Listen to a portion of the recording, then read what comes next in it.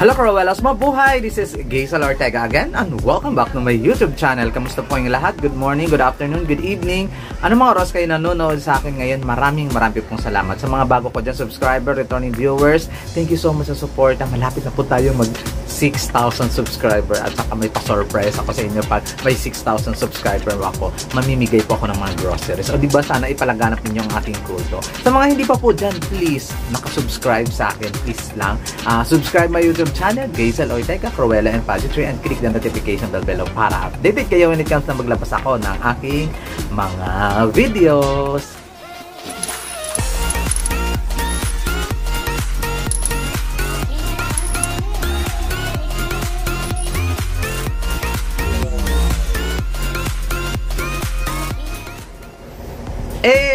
Nagustuhan na ba niyo yung aking bagong hairstyle? Charot.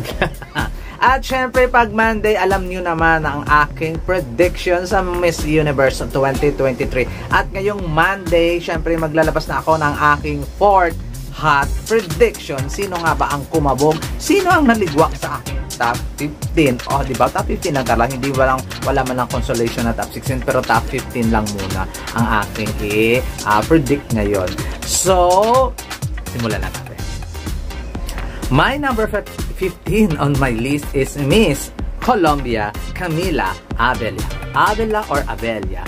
I don't know, pero habang palapit na palapit ang kompetisyon ng Miss Universe, lalo siyang naliligwak. Habang may mga dumadagdag na mga candidates, lalo siyang napag-iiwanan, lalo siyang natatabunan. Pero still, naniniwala pa rin ako sa kanyang capability na makapasok talaga siya or siya ang flag bearer ng mga nanay sa semi-finalist ng Miss Universe. Kaya nilagay ko siya sa aking number 15, Colombia. My number 14 on my list is Miss India Sueta Sharda. Same as Miss Colombia, habang tumatagal, habang palapit na palapit ang competition, ay talaga lang namang natatabunan siya ng ibang mga kandidata at naiiwan siya sa pinag-uusapan. Talagang baka sa susunod na prediction wala na rin ito. Kaya, pero naniniwala rin ako na magaling siya, naghahanda siya. Kaya nilagay ko lang siya sa aking number 14, India Sueta Sharda. Number 13 on my list is Miss Peru Camila Escribens. Ito namang si Camila, kung yung iba habang palapit na ang Miss Universe nalalaglag, ito namang si Camila Escriben ay tumataas naman ng bonggang-bongga. Kaya nilagay ko siya sa aking number 13 kasi pasabog siya ng pasabog, gumaganda pa siya at mukhang babalik uli sila as a semi-finalist dito sa Miss Universe.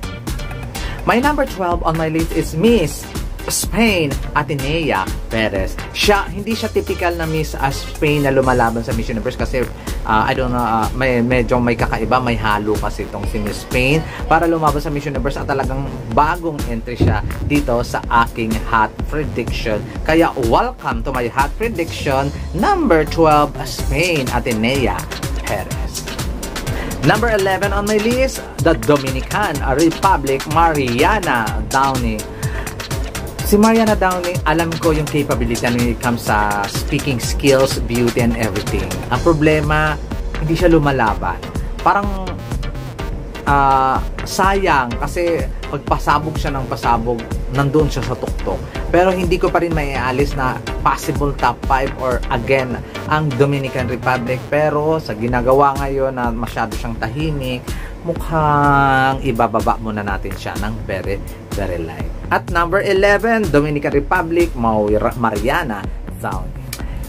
Papasok na tayo sa aking top 10. Sino nga ba ang mga girls na pumasok sa top 10? Diba? Ang aking number 10, new entry. Diba bago? Sino kaya? My number 10 on my list, Australia, Moraya Wilson. Wow! Amazing advocacy, amazing beauty, amazing everything. May nagpasabog na siya. Nung mga nakaraang linggo, hindi pa siya nagpaparamdam. Pero ngayon nagparamdam na siya.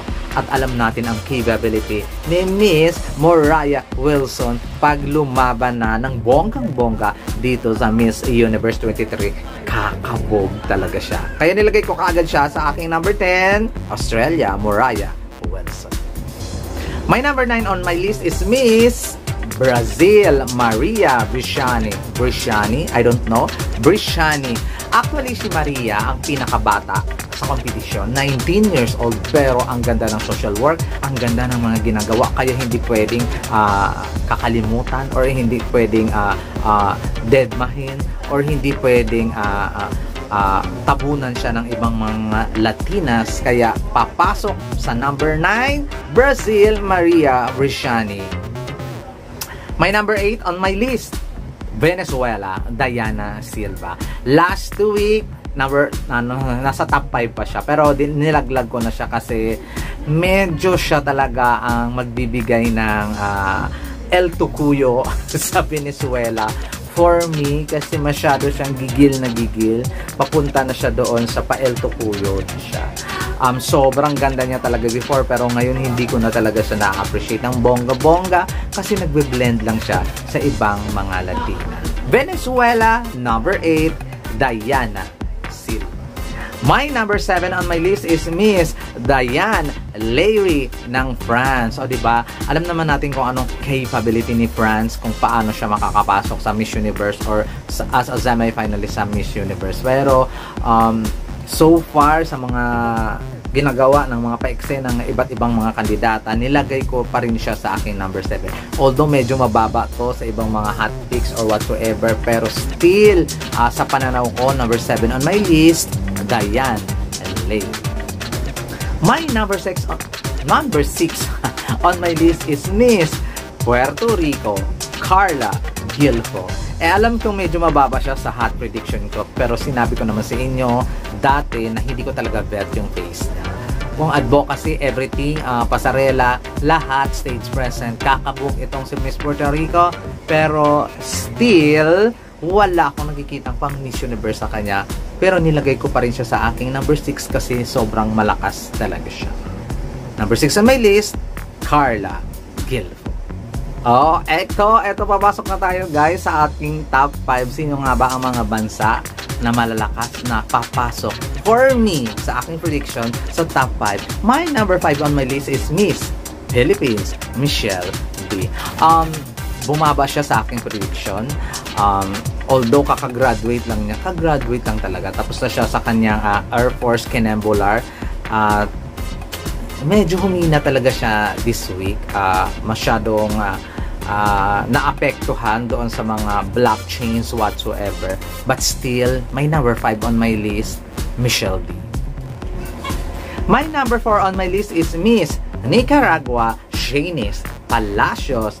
So far guys, alam naman nating magaling talaga. Kaya niyang mag-Miss Universe. Pero medyo natatabaw na talaga siya ng ibang mga contestant ngayon. Lalong-lalo na may mga bagong mga nanalo. Talagang medyo natabunan siya ng very light. Pero still, I love this girl. I love Shanice. At talagang first time makakapasok as a semi-finalist. Siguro ang Nicaragua after the long time. Number 4 on my list, Shanice Palacios ng Nicaragua. My number 3 on my list is Miss USA, Noelia Voigt. O, diba? Alam ko na kung paano i-pronounce at para banggitin ang kanyang name. Number 3 ko siya. Oh my God.